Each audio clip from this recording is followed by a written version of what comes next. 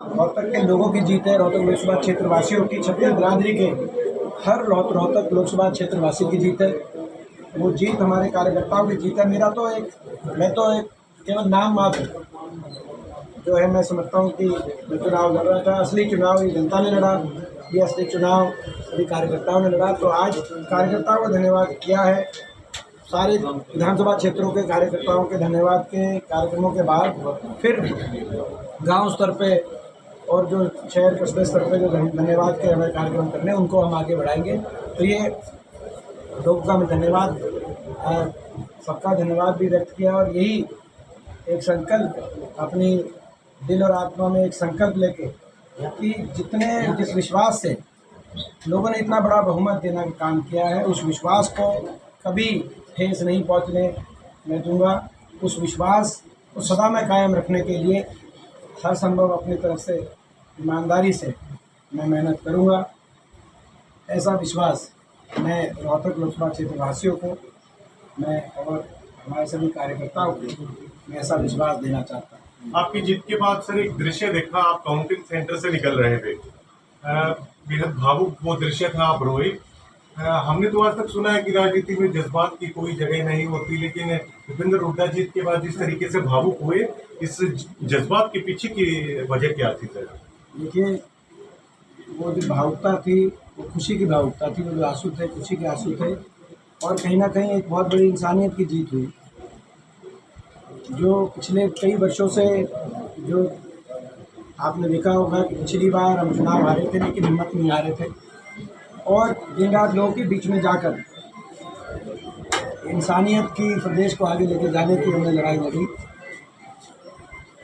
और इस बात की मुझे इतनी बेहद खुशी है कि रोहतक लोकसभा क्षेत्र से हर वर्ग का मुझे आशीर्वाद मिला। ऐसी समाज के लगभग 100% बूथों पर लोगों के आशीर्वाद से बढ़त मिली। जो सबसे बड़ा अहीर बहुल्य विधानसभा क्षेत्र है हरियाणा का, उसली विधानसभा क्षेत्र जगदीश बड़ा बैठे हैं, वहाँ से भी इस बार बढ़त मिली। जो सबसे बड़ा पंजाबी बहुल्य विधानसभा क्षेत्र हरियाणा का रोहतक विधानसभा क्षेत्र, वहाँ से बढ़त मिली। लगभग पैरावर ब्राह्मणवाद से लेके कोंडावली देवर थाना तक लगभग ब्राह्मण बहुल्य जो गांव हैं रोहतक लोकसभा क्षेत्र में, ब्राह्मण समाज के, उन पे हमें बढ़त मिली। जो गुर्जर समाज के बहुल्य गांव हैं उनमें बढ़त मिली। राजपूत समाज के बहुल्य गांव हैं 19 उसमें 13 में बढ़त मिली। बैकवर्ड समाज में हमें आशीर्वाद दिया। हर वर्ग, मैं समझता हूँ कि छत्तीस बिरादरी ने एक आशीर्वाद दिया और ये मेरे लिए एक बहुत बड़ी, मेरी दिल और आत्मा को छूने वाली बात थी, क्योंकि पिछला चुनाव का जो नतीजा था वो कहीं ना कहीं भाजपा की जो राजनीति कि लोगों को धर्म और जाति में बांटा जाए, और उसकी राजनीति का प्रभाव भी रोहतक लोकसभा क्षेत्र में मैंने देखा था, जिसकी दिल और आत्मा से मुझे उसकी बहुत बड़ी पीड़ा थी मेरे दिल में। और जब ये चुनाव शुरू हुआ था तो आपको लोगों को याद होगा, तो एक बात मैं हमेशा कहता था कि जीत से बढ़कर जीत ये है कि 9 के 9 विधानसभा क्षेत्रों में हम जीते, लोगों का दिल हम जीते। तो मैं समझता हूँ कि ये जो जीत है, इसीलिए मैं रोहतक लोकसभा क्षेत्र के छत्तीस बिरादरी के हर हमारे मतदाता को मैं समर्पित करता हूँ कि सभी का आशीर्वाद मिला और बड़े बहुमत के साथ देश में तीसरी बड़ी जीत के रूप में लोगों ने यहाँ से साथ दिया।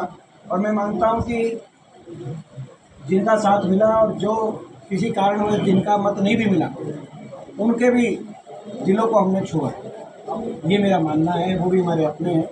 तो ये मैं समझता हूँ, इसीलिए वो जो भावुक का पल था वो अंदर से मैं समझता हूँ एक खुशी की भावुकता थी, एक खुशी के आंसू थे। वो इसीलिए आंसू थे कि आपस का प्यार, लोगों में आपस का प्रेम, और जब इंसानियत की जीत होती है तो मैं समझता हूँ कि एक बहुत बड़ी बात है।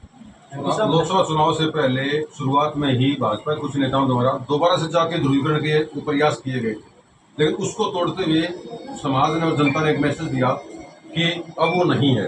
तो क्या मानते हैं, क्या विधानसभा चुनाव में भी यही परिपाटी रहेगी? लोगों ने भुला दिया उन चीजों को? निश्चित तौर से रोहतक लोकसभा के नतीजे ने प्रदेश को और देश को एक दिशा देने का काम किया। जो धर्म जाति की भाजपा की राजनीति थी उसको नकारने का काम लोगों ने किया और प्रदेश की राजनीति को दिशा देने का काम किया है।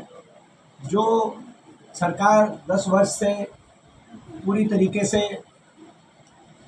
एक विफल सरकार साबित हुई है। किसी भी मापदंड में उसके कार्यशैली को आप देखेंगे, या देश में सबसे ज़्यादा बेरोजगारी हरियाणा में है, नशा बढ़ गया हरियाणा देश में सबसे ज़्यादा, अपराध बढ़ गया हरियाणा के अंदर, विकास की पटरी से उतर गया हरियाणा। एक भी औद्योगिक क्षेत्र हरियाणा के अंदर, एक इंच मेट्रो, एक इंच रेल की लाइन, एक नया कोई विश्वविद्यालय इस सरकार में नया नहीं बन पाया। आपके सामने है। तो ये सरकार जो एक विफल सरकार साबित हुई हरियाणा वासियों के लिए, मगर वो केवल अपनी राजनीति जो समाजवादी पार्टी की राजनीति करती थी, केवल उसका एक 10 साल का एक नज़ारा देखा हरियाणा वासियों ने। उस तरह की राजनीति को नकार के और सकारात्मक राजनीति की नींव रोहतक लोकसभा क्षेत्र वासियों ने रखने का काम किया और इसको हम आगे लेके जाएंगे। हरियाणा देश में विकास में नंबर 1 बने, हरियाणा देश का पहला विकसित राज्य बने, ये लोगों ने सपना देखा है और इस सपने को साकार करने के लिए हम अपनी तरफ से संघर्ष करेंगे।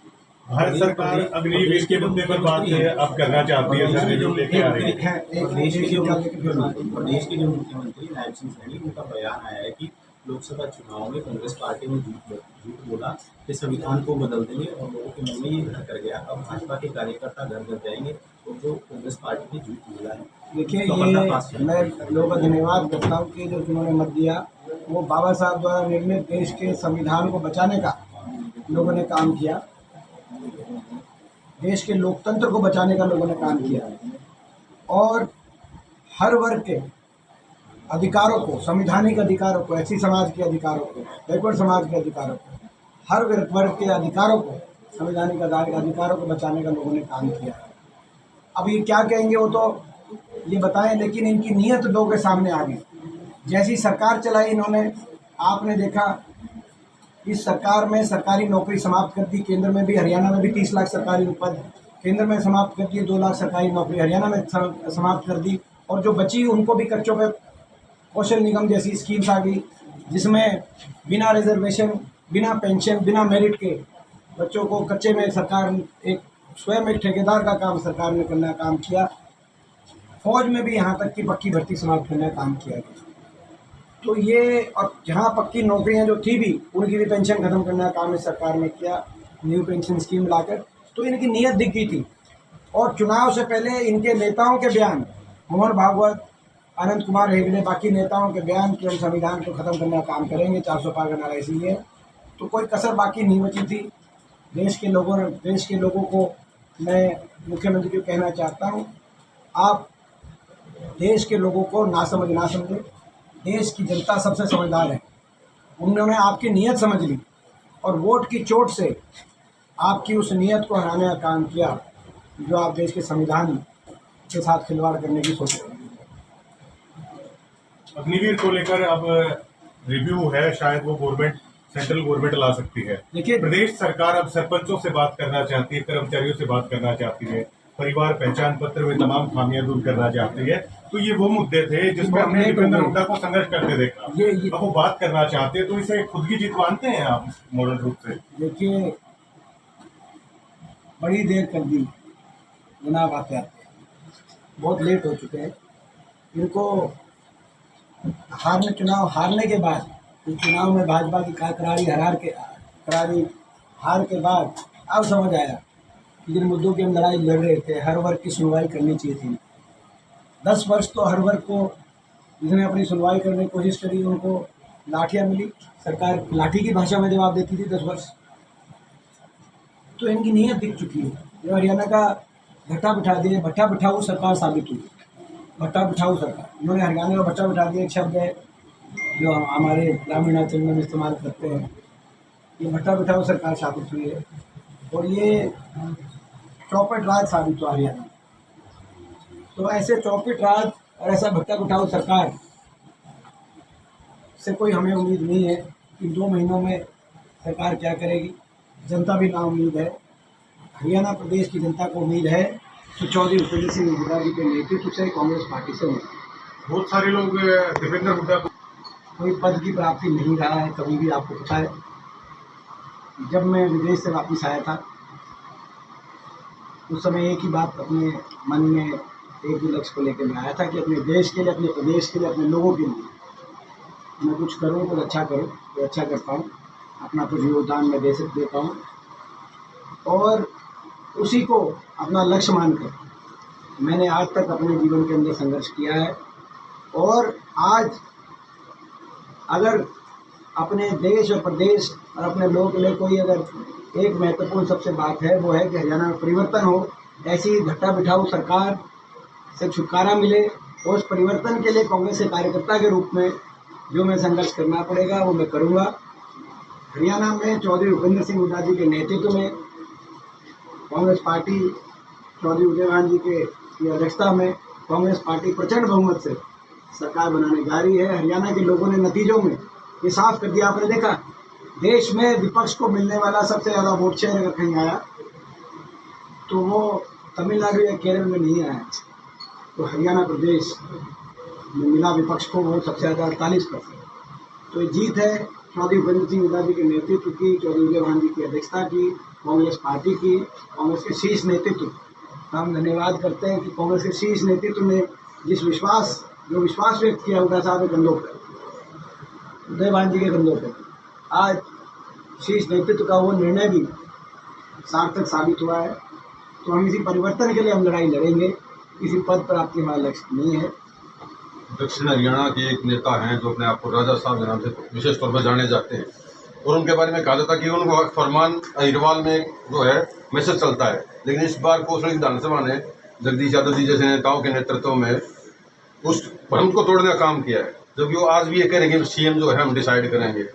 तो आप क्या मानते हैं, जो कौशल ने जो नई नींव रखी है वो कांग्रेस पार्टी के लिए विधानसभा में भी क्या कितनी मजबूती के साथ खड़ी होगी? मुझे विश्वास है कोसली विधानसभा क्षेत्र से कांग्रेस पार्टी जीतेगी, हम बड़े बहुमत के साथ जीतेंगे, हमें तो पूरा विश्वास है। स्पष्ट कर चुके हैं कि पूर्णतः सर्वे के आधार पर, जैसे कि लोकसभा में दिया गया टिकट वितरण जो लोकसभा में हुआ, कांग्रेस की नेतृत्व को हम धन्यवाद करते हैं। उन्होंने सर्वे और मेरिट के आधार पर टिकटें बांटी, तभी 48% वोट आई। हर सीट पे कांग्रेस का वोट शेयर इतना बड़ा, कोई एक भी सीट पे कांग्रेस का वोट शेयर में साधारण बढ़ोतरी नहीं हुई, असाधारण बढ़ोतरी हुई हर सीट पे।